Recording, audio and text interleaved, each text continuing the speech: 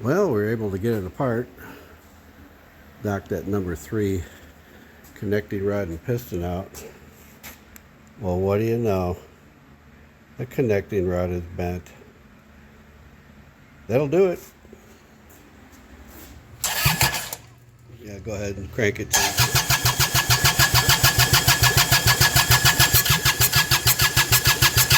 I don't see any spurting yet.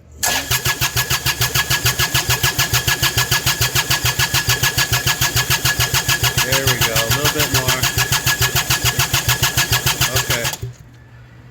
Okay, glow plugs away. First start after replacing connecting rod and bearings. Firing home.